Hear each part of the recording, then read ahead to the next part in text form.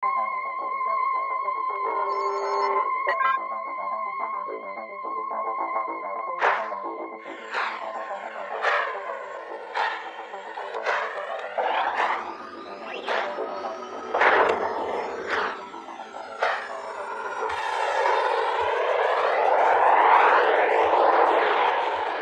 purpose of a radar is to detect and track targets, generally for a missile system that wants to shoot that target down. So the primary mission for this aircraft is radar jamming.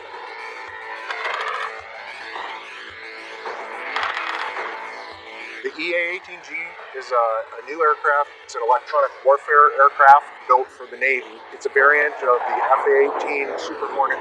We have added electronic warfare receivers and jammer systems to turn this into the premier electronic attack aircraft. Being a strike fighter platform, it has a self-protect capability. We've automated a lot of things that we used to have to do manually. It has navigation capabilities for helping the aircrew do the job that they do. So it's a much better aircraft.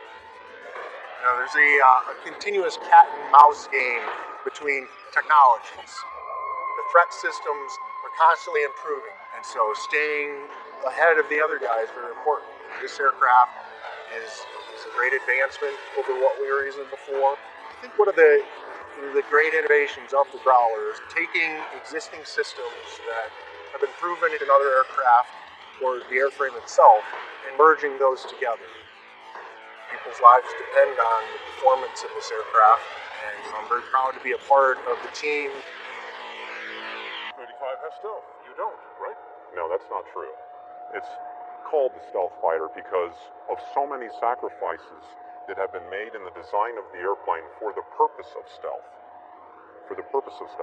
And so it carries this title of being a stealth fighter. We've incorporated stealth throughout the airplane, and the airplane is far stealthier than people give it credit for or that know anything about the plane, unless we get into classified information. It is very stealthy for its design and size. However, sacrifices were not made in aerodynamics for the purpose of stealth. Now, these are competing problems, and it's competing issues when you talk about an airplane that's ideally suited for the Arctic as well.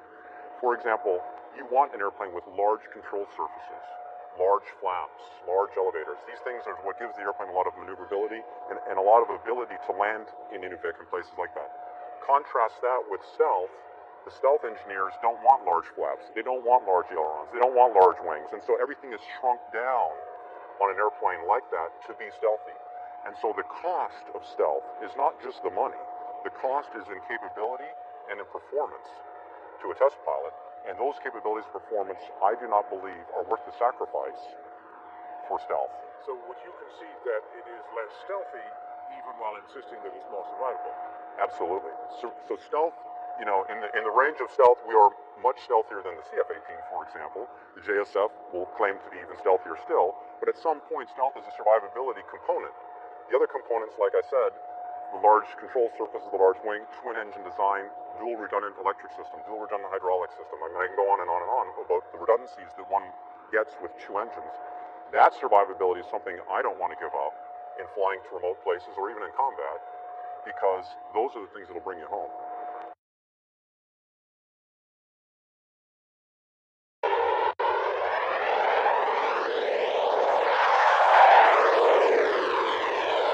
Boeing believes the best way to beat an evolving threat is with an evolving aircraft. Our airplane was built with a lot of growth in it on purpose to always outpace the threat. We offer a very attractive modular option to do a wide assortment of missions with this one airplane, and we can do it very capably.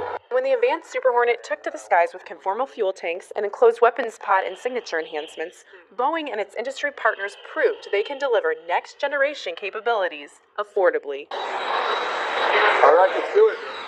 This is a great day for a flight test for Boeing and for naval aviation. What we showed today is that we have an aircraft that is carrier suitable, and we're going to have a first day of the war solution. Taking to the skies, the advanced Super Hornet proved it can outpace threats into and beyond 2030. The fighter brings up to 260 nautical miles of additional range via the conformal fuel tanks, internal weapons carriage in the enclosed weapons pod, and a radar cross-section reduced by more than 50% thanks to signature enhancements.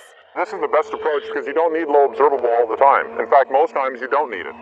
But if you need a low observable mission, this enclosed weapon pod will let you do that. And the tanks are good all the time. If your mission is to be a day one fighter, which means be stealthy, get in, get out, deliver weapons, you have to build an airplane that looks a certain way. We can adapt our airplane very simply by adding more gas and weapons on the center line in an enclosed weapons pod. And now we have the modularity and the flexibility to take those off after the threat has been removed and then just deliver a bunch of bombs or missiles. The Advanced Super Hornet will bring next-gen capability and balanced survivability to the warfighter while maintaining its position as the most cost-effective fighter available, including adaptable and efficient maintenance practices. Nice landing, like a butterfly with sore feet. What we hoped to see and what we did see was that it handled basically just like a Super Hornet. So the pilots, I don't think, will have to have any additional training whatsoever. Maintenance on this airplane shouldn't be any different than the other ones. Dropping the enclosed weapons pod is just like dropping the gas tank on it. It's no different. Easy to maintain, easy to fly, and already dominating the skies, the Advanced Super Hornet is ready to deliver the future at a price that is responsive to the global economy. As soon as a customer says go, we're going to be ready.